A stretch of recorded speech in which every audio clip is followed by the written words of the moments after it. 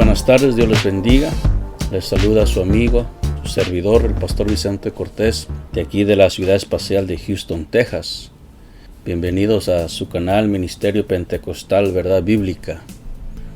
Si estos cortos estudios en cierta manera han sido de bendición para usted, pues deje ahí un me gusta y comparta con los amigos, con los hermanos, para que juntos podamos seguir aprendiendo y madurando en la palabra del Señor. Hoy estaré tocando el tema Dios se manifestó en carne.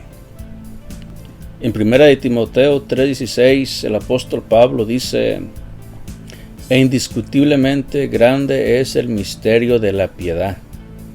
Dios fue manifestado en carne, justificado en el Espíritu, visto de los ángeles, predicado a los gentiles, creído en el mundo, recibido arriba en gloria.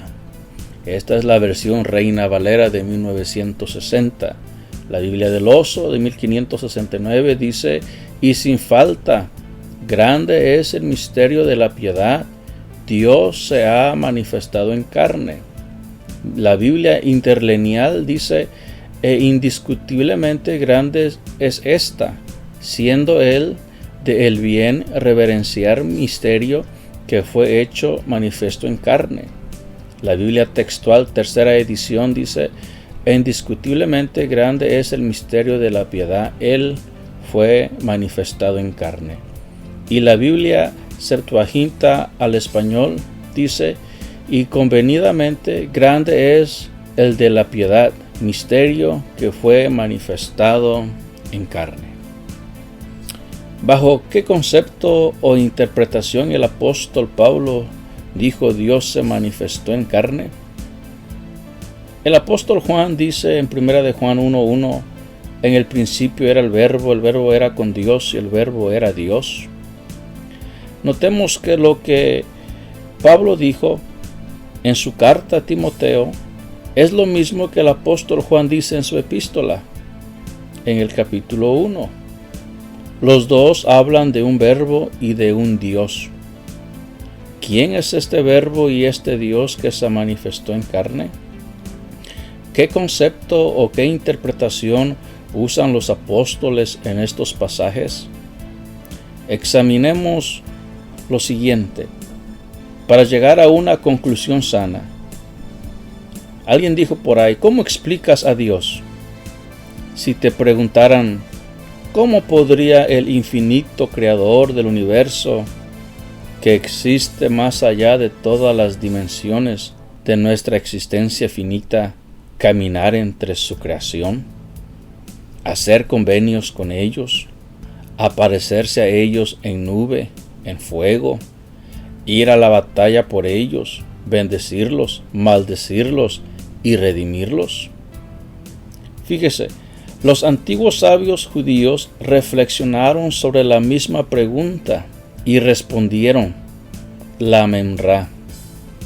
Memra es un término arameo relacionado con la palabra hebreo amair, que significa palabra, decreto o un discurso creativo de Dios que manifiesta su poder en el mundo de la materia o la mente.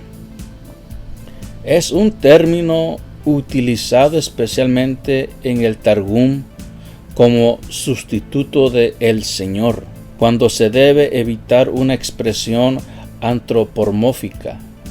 En el Targum, el memra figura constantemente como la manifestación del poder divino o como el mensajero de Dios en lugar de Dios. A veces la palabra hebrea dabar se usa en lugar de memra, que también significa palabra, así como materia, cosa y problema. El Targum era la versión de las escrituras que usaban los judíos del primer siglo en las sinagogas, donde después de leerse un texto del hebreo original, enseguida se parafraseaba el mismo texto del Targum arameo para entender lo que se acababa de leer. Cuando los israelitas regresaron de su exilio en Babilonia en el siglo VI a.C., la mayoría de ellos ya no hablaban hebreo, hablaban arameo. Las escrituras siempre se han leído en hebreo, incluso si nadie en la comunidad mayor podría hablarlas. Los sabios rabinos encontraron una solución. Después de escuchar a un sacerdote leer algunos versículos del rollo de la Torá en hebreo, después escuchaban una traducción en arameo del Targum. Targum significa traducción. En esos Targums encontramos el Memra. En su epístola, Juan el apóstol usa la palabra verbo de latín, que es logos en griego, que significa lo mismo que Memra. Juan no se inspiró en la filosofía griega de Platón, sino en la traducción rabínica con respecto a las enseñanzas de la Memra de Dios. Génesis 1:1 dice: en el principio Dios creó los cielos y la tierra. Sin embargo, en las traducciones de este versículo al arameo, el pueblo judío aprendió que Dios tenía una especie de ayudante, la Memra. Desde el principio, con sabiduría, la Memra del Señor creó y perfeccionó los cielos y la tierra. Y la Memra, o sea, la palabra del Señor dijo: sea la luz, y hubo luz por su Memra. Esta es la traducción de Génesis 1 del verso 1 al 3, según el Targum Neofiti. En este Targum, la palabra o Memra está haciendo, siendo y actuando como Dios. Y sin embargo, vemos que Él también está con Dios. Una esencia distinta aparte de Él. De hecho, el Memra es el que descansó después de toda su obra. En el séptimo día, el Memra del Señor completó su obra que había creado, y ahí estaba el sábado. Génesis 2:3. Eso también se encuentra en el Targum Neofiti. Otros ejemplos de las traducciones del Targum son Génesis 3:8, Deuteronomio 4:33, donde dicen que la voz de Memra en lugar de Dios se oye en el huerto. El apóstol Juan se aferró a esta comprensión muy judía de la Memra, o sea, la palabra del Señor, para presentar al Mesías, que es Dios, y sin embargo una esencia distinta aparte de Dios. Él escribe: en el principio era el Memra, y el Memra estaba con Dios, y el Memra era Dios. Él estaba en el principio con Dios. Todas las cosas llegaron a existir a través de Él, y sin Él ninguna cosa llegó a existir. Juan 1 del verso 1 al 3. Juan está diciendo a los lectores judíos que Jesús, como la palabra de Dios, es responsable de traer vida desde el principio de nuestro mundo. Juan revela verdades profundas acerca de esta palabra usando la comprensión judía.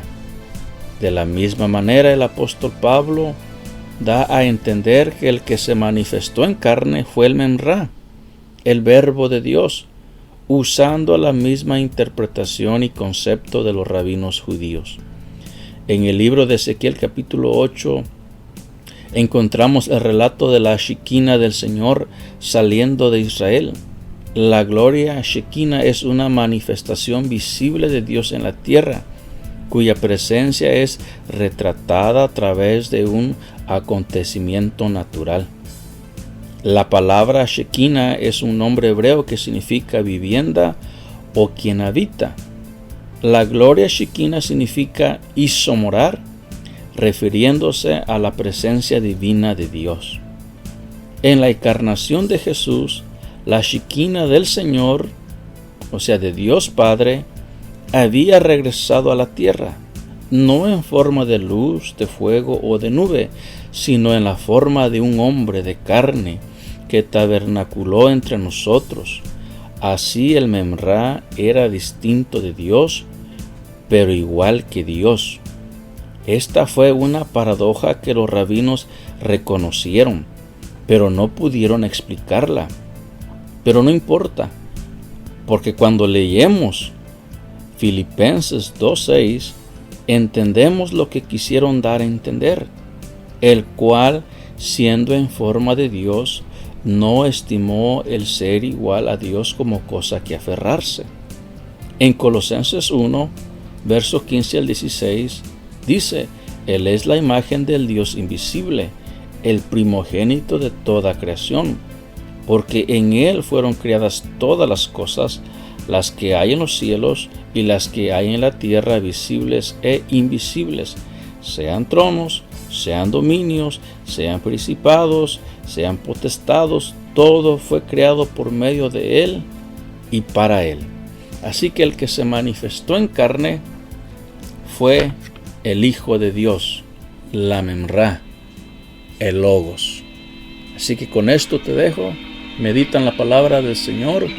Dios te bendiga y hasta la próxima.